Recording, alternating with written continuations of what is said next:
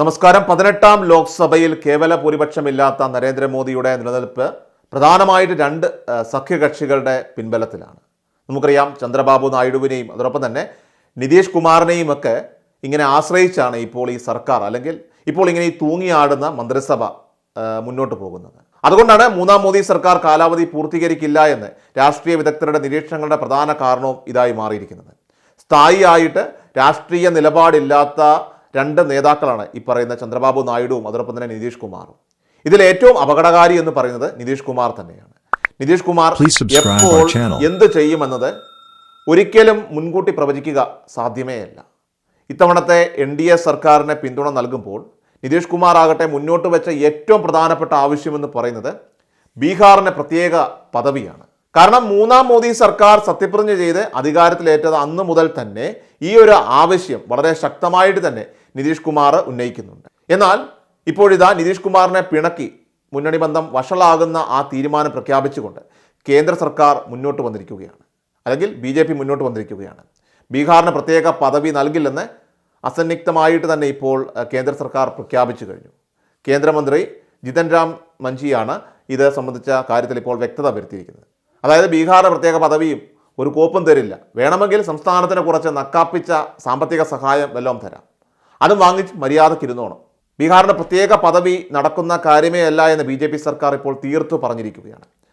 ഇത്രയും നാണം കെട്ട് BJPയെ താങ്ങണമോ എന്നാണ് ഇപ്പോൾ നിതീഷ് കുമാറിൻ്റെ കൂടെയുള്ള MLA മാർ പോലും ചോദിക്കുന്നത്. അതുകൊണ്ട് തന്നെ നിതീഷ് കുമാർ ഇപ്പോൾ ആകെ ഇടഞ്ഞു നിൽക്കുകയാണ്.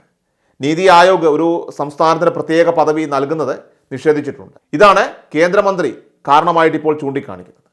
വികസന കാര്യത്തിലുള്ള സാമ്പത്തിക സഹായം എന്തെങ്കിലും വേണമെങ്കിൽ നൽകാമെന്നും ബീഹാറിന് പ്രത്യേക പദവി നൽകാൻ ഒരിക്കലും കഴിയില്ല എന്നുമാണ് അദ്ദേഹം ഇപ്പോൾ വ്യക്തമാക്കിക്കൊണ്ട് രംഗത്ത് വന്നിരിക്കുന്നത്. ബീഹാർ മുഖ്യമന്ത്രി നിതീഷ് കുമാറിൻ്റെ നേതൃത്വത്തിൽ കഴിഞ്ഞ ദിവസം നടന്ന ദേശീയ എക്സിക്യൂട്ടീവിൽ ബീഹാറിന് പ്രത്യേക പദവി ആവശ്യപ്പെട്ടുകൊണ്ടുള്ള പ്രമേയം പാസ്സാക്കിയിരുന്നു. എന്നാൽ ഇതിനെയെല്ലാം തള്ളിക്കളഞ്ഞാണ് ഇപ്പോൾ കേന്ദ്ര സർക്കാർ തീരുമാനം പുറത്തു വന്നിരിക്കുന്നത്. കേന്ദ്രത്തിനെ സംബന്ധിച്ചിടത്തോളം ഒരിക്കലും അംഗീകരിക്കാൻ കഴിയാത്ത ഒരു ആവശ്യമാണ് നിതീഷ് കുമാറിൻ്റെ ഭാഗത്തുനിന്ന് വന്നിരിക്കുന്നത്. കാരണം സംസ്ഥാനങ്ങൾക്ക് പ്രത്യേക പദവി നൽകുന്നതിനോട് കനത്ത എതിർപ്പ് പുലർത്തുന്ന ഒരു നിലപാടാണ് BJPയുടേത്. ഭരണഘടന ഭേദഗതി വരെ വരുത്തിയാണ് ജമ്മു കാശ്മീരിന് പ്രത്യേക പദവി നൽകി വന്നിരുന്ന ആർട്ടിക്കിൾ 370 കേന്ദ്ര ഗവൺമെൻറ് കഴിഞ്ഞയിടയ്ക്ക് റദ്ദ് ചെയ്തത്. അപ്പോൾ ഈ സാഹചര്യത്തിൽ ബീഹാറിന് പ്രത്യേക പദവി അനുവദിച്ച് നൽകിയാൽ ഇത് തീർച്ചയായിട്ടും BJPക്ക് കനത്ത തിരിച്ചടിയാകും. അതുമാത്രമല്ല, മറ്റ് സംസ്ഥാനങ്ങളും സമാനമായിട്ടുള്ള ആവശ്യങ്ങളുമായിട്ട് സമ്മർദ്ദം ശക്തമാക്കുകയും ചെയ്യും. അത് വലിയ രീതിയിലുള്ള പ്രതിസന്ധിയിലേക്ക് മോദി സർക്കാരിനെ നയിക്കുമെന്നത് സംശയത്തിന് അതീതമായിട്ടുള്ള ഒരു കാര്യം തന്നെയാണ്. നിതീഷ് കുമാർ ഈ തീരുമാനത്തിൽ ഇപ്പോൾ കനത്ത അസ്വസ്ഥനാണെന്നാണ് റിപ്പോർട്ടുകൾ. ബീഹാറിൽ കനത്ത ജനരോഷം ഇപ്പോൾ നിതീഷ് കുമാറിന് നേരെയുണ്ട്.